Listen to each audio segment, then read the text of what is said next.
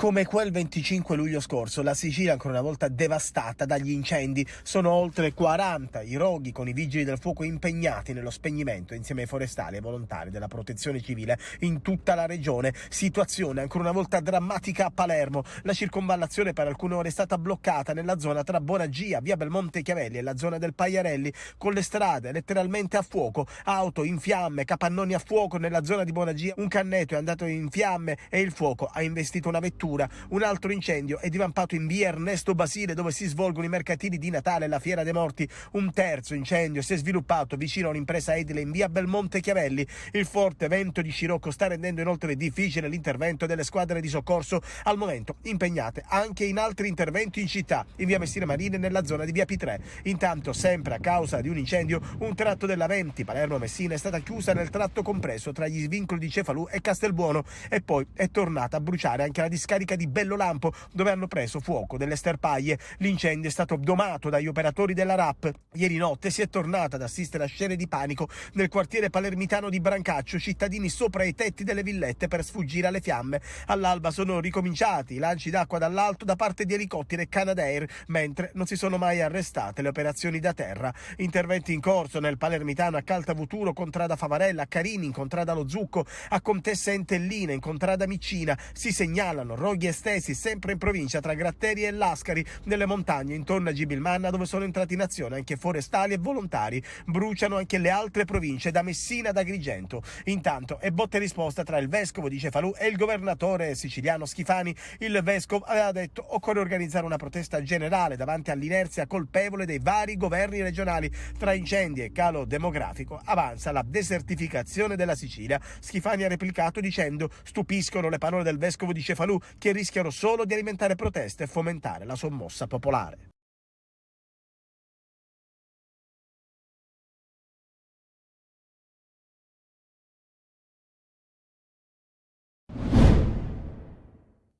Non solo incendi boschivi, per lo più dolosi, che minacciano case, terreni e ville, che distruggono vegetazione ed ecosistema, che tengono in apprensione un'intera città. Nei quartieri popolari di Palermo il fuoco è usato per liberarsi dai rifiuti che si accatastano senza venire raccolti.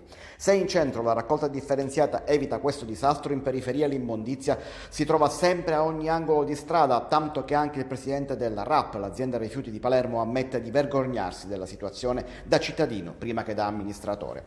Un'emergenza intermittente che continua da anni a causa dei problemi di carenza di personale e dei mezzi di cui soffre la RAP. Nonostante gli sforzi dell'azienda, che ha cercato di bilanciare le assenze attraverso il ricorso a degli itinerari straordinari, ogni qualvolta la macchina organizzativa si inceppa, la spazzatura torna a popolare i marciapiedi della città. Adesso in stato di agitazione c'è anche il personale RAP. Ieri però un ordine del giorno del PD per il potenziamento del servizio è stato bocciato in Consiglio Comunale. Non ci sono i soldi. Così i cittadini che non ce la fanno più nella notte danno alle fiamme rifiuti incuranti dell'inquinamento e dei rischi. Le ultime 2 notti sono state drammatiche in 3 quartieri e si teme per la prossima notte, visto che la situazione incendi in provincia e in periferia rischia di lasciare di nuovo la città senza mezzi e senza vigili del fuoco.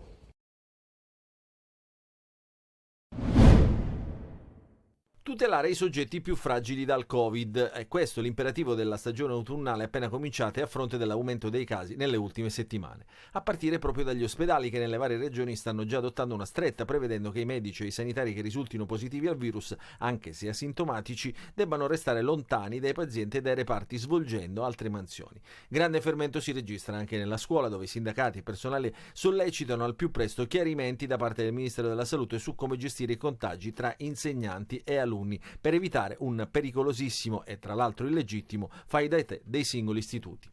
Le prime dosi del vaccino anti-Covid aggiornato inizieranno ad arrivare nelle regioni la prossima settimana. In caso di positività, il Ministero invita a indossare un dispositivo di protezione FFP2 se si entra a contatto con altre persone. Se si è sintomatici, bisogna rimanere a casa fino al termine dei sintomi, informare le persone con cui si è stati in contatto nei giorni immediatamente precedenti alla diagnosi, se anziani, fragili o immunodepresse. Nonostante la sospensione dell'isolamento, almeno fino al 31 dicembre 2023 rimane l'obbligo di indossare le mascherine per i lavoratori, utenti e visitatori di strutture sanitarie all'interno dei reparti che ospitano pazienti fragili, anziani e immunodepressi, specialmente se ad alta intensità di cura, identificati dalle direzioni sanitarie delle strutture sanitarie stesse e in strutture sociosanitarie e socioassistenziali. Il test per il Covid dovrà essere fatto anche su coloro che, arrivati al pronto soccorso, dicono di aver avuto contatti stretti con persone positive all'infezione. Il test è inoltre raccomandato sui pazienti senza sintomi che devono accedere ai reparti più delicati come per esempio oncologia, ematologia, malattie infettive e terapie intensive. 5.000 euro o il CPR, il centro di permanenza e rimpatrio. Arriva la cauzione per ottenere una misura alternativa. Lo prevede un decreto del Ministero dell'Interno pubblicato oggi in Gazzetta Ufficiale, che fissa a 4.938 euro l'importo che deve garantire al migrante per il periodo massimo di 4 settimane la disponibilità di un alloggio, della somma occorrente al rimpatrio e dei mezzi di sussistenza minimi. È una garanzia finanziaria che deve essere versata in un'unica soluzione mediante fideiussione bancaria o polizza assicurativa e non può essere versata da terzi. La norma è già in vigore. Resta da capire chi tra la massa dei disperati in cerca di futuro potrà contare su questa somma dopo aver pagato gli scafisti. Intanto, mentre Piantedosi contatta i prefetti per trovare nuovi CPR, si svuota Lampedusa, complice il mare mosso e i continui trasferimenti. La Croce Rossa conta entro domenica di azzerare le presenze. A portare la voce dei migranti all'Assemblea Generale dell'ONU a New York, il presidente della Croce Rossa, Rosario Valastro. Credo che le due cose siano strettamente connesse, chi ha bisogno di aiuto e chi aiuta, perché entrambe rappresentano sul campo quella comunità che mette in evidenza le emergenze del nostro tempo, che sono tante e di cui il fenomeno migratorio è la manifestazione più evidente, ma ci sono anche i conflitti, l'emergenza climatica e le povertà. L'ONU ha bisogno di tornare ad avere un ruolo centrale perché è fondamentale che sia la comunità internazionale tutta che agisca. Intanto la Regione ha attivato a Lampedusa una postazione del 118, uno strumento di assistenza medica per i migranti, ma anche per la popolazione e i turisti che affollano l'isola. Bonus, benzina e bollette in arrivo, ma anche uno sconto del 10% sulla spesa alimentare nell'ultimo trimestre dell'anno. Lunedì sul tavolo del Consiglio dei Ministri approderanno infatti le misure a sostegno delle famiglie e delle fasce deboli contro i rincari in questi mesi. Il bonus carburante da 80 euro dovrebbe essere caricato sulla social card dedicata a te, andando ad aggiungersi al contributo di 380 euro per l'acquisto di generi alimentari di prima necessità per 1,3 milioni di famiglie con ISEE fino a 15.000 euro. Da capire se verranno inserite agevolazioni fiscali anche per alcune categorie come gli autotrasportatori o i pendolari. Per quanto riguarda le bollette, è in arrivo la proroga del bonus sociale destinato alle famiglie, quelle con ISEE sotto i 15.000 euro. In entrambi i casi il ceto medio è tagliato fuori. Dal 1 ottobre al 31 dicembre a tutelare i risparmi dei consumatori, almeno nella spesa alimentare, saranno le catene della grande distribuzione che hanno aderito al trimestre anti-inflazione su iniziativa del Ministero per le Imprese del Made in Italy. Ci saranno sconti fino al 10% sui beni di largo consumo in circa 25.000 tra grandi supermercati, discount, superstore e ipermercati, quasi l'intera rete in tutta Italia. In 30 aziende hanno già detto sì, da Esselunga a Conad, da Carrefour a Coop, da PAM a Lidl, passando per Tigre, Famila e Deco, a cui si aggiunge la rappresentanza dei coltivatori Coldiretti. In bilico ci sono solo alcune catene di discount come Eurospin e MD. L'intesa sarà firmata ufficialmente giovedì prossimo, 28 settembre, a Palazzo Chigi, con la Presidente del Consiglio Giorgia Meloni. Una discarica a cielo aperto tra un oratorio e una scuola. Siamo in via Zammataro, nel quartiere catanese di San Cristoforo. Qui non manca nulla, dal frigorifero al materasso, dai mobili ai rifiuti di ogni genere, e ovviamente non mancano anche gli insetti, le blatte e i topi. Molti residenti sono esasperati. È una situazione, sgradevole, anche perché soprattutto con il caldo poi si sente molta pozza. Viviamo con la paura se escono animali da sotto questa spazzatura, ma abbiamo fatto richieste, controrichieste, ma sempre così è. Io anche ho chiamato al comune, cose però. E non è mai venuto nessuno? Non è mai venuto nessuno. Qualcuno chiede le telecamere. Abbiamo chiesto di mettere le telecamere, non si può nemmeno più parcheggiare le macchine, ma non è neanche giusto perché ci sono i topi. Voi avete segnalato? Sì, più volte, sia il parroco che la scuola, ma non... Qui padre Stefano della parrocchia di Santa Lucia ogni giorno prende la scopa e cerca di dare il buon esempio. Mi chiamano addirittura Uparino Spassino. Se tutti facessimo così, ognuno davanti a casa sua, davanti dove abita. Credo che anche l'igiene, la pulizia sarebbe di un'altra immagine. Da tempo il parroco denuncia lo stato di degrado di questa via dove ci sono tantissimi bambini. Noi ci rivolgiamo ai servizi, alle autorità competenti, lanciando anche l'appello a quelli che non hanno la coscienza del territorio, dell'ambiente, di poter prendere coscienza che se fossero i loro bambini a vivere in questa situazione, se fossero i loro figli a non respirare bene o a respirare questa puzza, non so cosa direbbero. La discarica è alle spalle del circolo didattico Caronda. Più volte i rifiuti hanno preso fuoco e i docenti hanno dovuto evacuare le aule piene di bambini esposti alle esalazioni tossiche. Il 22 settembre è la giornata mondiale senza auto, un'iniziativa che vuole liberare le città dalle automobili nel tentativo di ridurre l'inquinamento e il traffico. A Catania però quasi nessuno conosce questa ricorrenza. Oggi è la giornata mondiale senza auto. Sì. Lo sapevi? No. Lo sapevate? No. Vero? Allora non lo sapevo. Purtroppo abbiamo da fare, quindi... Secondo me qua c'è più traffico degli altri giorni. Questo perché siamo nella giornata mondiale senza auto. Può essere. Gli unici luoghi dove non si vedono auto sono le isole pedonali, come in quella appena inaugurata di Piazza Mazzini. Non si inquina, non serve carro grande, solo però serve la luce, ci deve ricaricare. È perfetto, è molto rilassante e anche così va bene per tutti.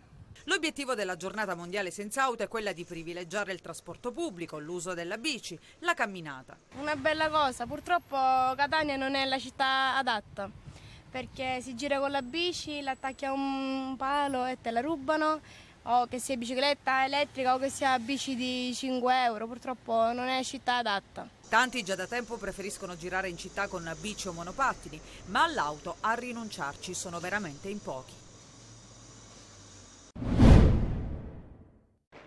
Una sola vera occasione per il Catania, poche emozioni in un match il cui logico risultato è 0-0. Rossazzurri sfilacciati e lunghi con la difesa schiacciata indietro dal movimento di un Monopoli che in generale interpreta meglio la gara.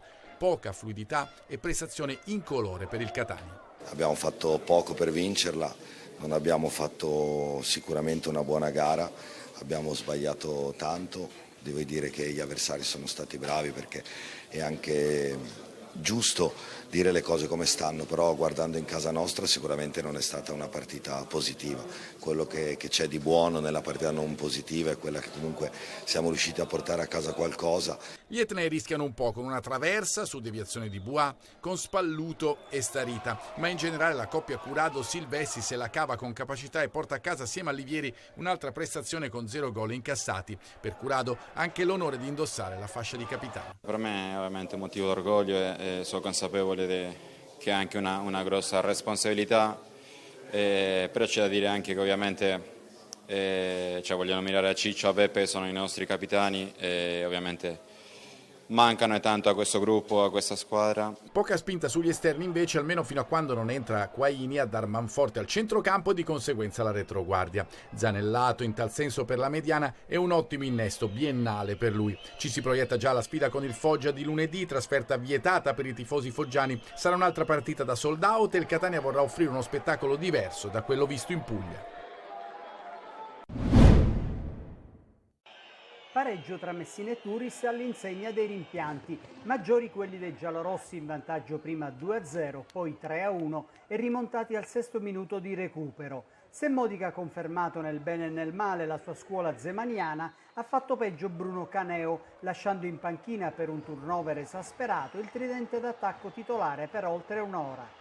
Quanto è bastato al Messina per portarsi avanti di 2 gol dopo 9 minuti, con Plescia, uno che ha poca confidenza con la rete avversaria, ma a segno dopo 44 secondi, e raddoppio di Frisenna alla seconda presenza in Serie C. Emozioni e reti, ma anche tanti errori nelle rispettive fasi difensive, e su uno di questi Dauria riapre la sfida del Franco Scoglio. In avvio di ripresa Mausto ristabilisce le distanze con un tiro al volo. Caneo boccia le sue scelte iniziali e al minuto 17 inserisce l'artiglieria pesante, Giannone, Nocerino e Maniero per i più leggeri, Pavone, De Felice e Dauria. Il Messina avverte una pressione maggiore, nonostante il parziale di 3-1 sembra rassicurante. Così non è, in 13 minuti la rimonta firmata da un sinistro di Giannone sotto l'incrocio e da un colpo di testa di Nocerino in beata solitudine, con una difesa giallorossa distratta e abbandonata al suo destino anche dagli altri reparti. Sugli spalti più amarezza che soddisfazione per avere comunque fermato la Turris al primo pareggio dopo 3 successi.